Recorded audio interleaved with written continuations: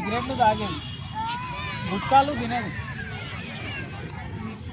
దానివల్ల ఏమైపోయిందంటే నాకు ప్రతిదీ ప్రాబ్లమే అయిపోయింది. ఒక్కొక్కసారి ఏమైందంటే నాకు మందుకి డబ్బులు లేనప్పుడు నేను దొంగతనాలకి నేను చేసాను. ఆ దొంగతనాలు చేసిన పట్టలాట ఆడంటారు కదా అందరు, పట్టలాట ఆ జువాకి నేను ఆడింది. నేను ఎప్పుడైతే దేవుణ్ణి తెలుసుకున్నానో అప్పటి నుంచి నా జీవితం ఎట్లా మారిందంటే, నేను ఆ తాగుడు వదిలేసినాను, నేను ఆ జూదం వదిలేసినాను, ఆ సిగరెట్లు వదిలేసినాను, ఆ గుట్కాలకి వదిలేసినాను.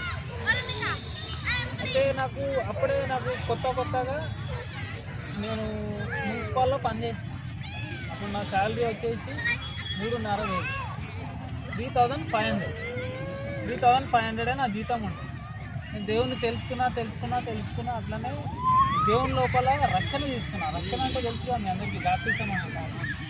నేను రక్షణ తీసుకున్నాక అక్కడనేమో సండే లీవ్ ఇస్తలేరు, నా పని కాడ సండే లీవ్ ఇస్తలేరు. నేనేమో చర్చికి వెళ్ళాలి, సండే లీవ్ ఇస్తలేరు.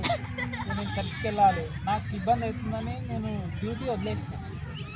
ఇప్పుడు నేను సొంతంగా నా డ్రైవింగ్ నేను చేసుకుంటున్నా.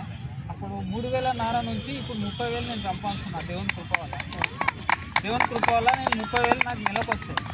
ఇంకోటి ఏంటంటే, నాకు అపెండిక్స్ ఆపరేషన్ అయింది. దేవుడు అప్పుడు ఎట్లా కాపాడిందంటే, నాకు 1 అవర్ టైం ఇచ్చింది డాక్టర్.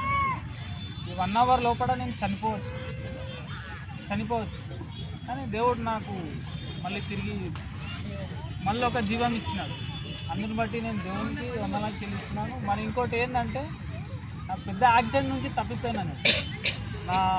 నేను నా డ్రైవింగ్ ఫీల్డ్లో ఉంటాను కదా, నా వెనుక ఉన్న బండ్లను అందరికీ గుద్దుకొని వచ్చిండు. ఒక ముసలైన చనిపోయిండు, 2 సీరియస్ అయిపోయారు. తర్వాత నా బండిని ఢీ కొట్టింది, గుద్దేసిండు గట్టిగా. నా బండి పల్టీ ఇట్లా వెళ్ళిపోయింది బయటికి.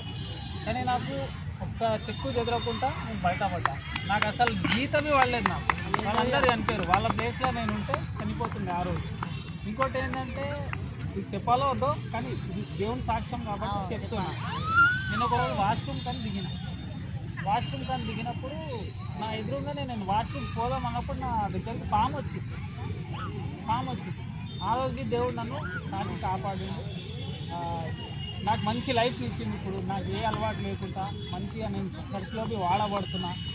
చర్చ్లో డోలో కొట్టడం కానీ, నేను వాయిద్యాలు వాయిస్తాను, నేను దానిలో వాడబడుతున్నా, ప్రేయర్లో వాడబడతా, ప్రతి దాంట్లో నేను వాడబడతా.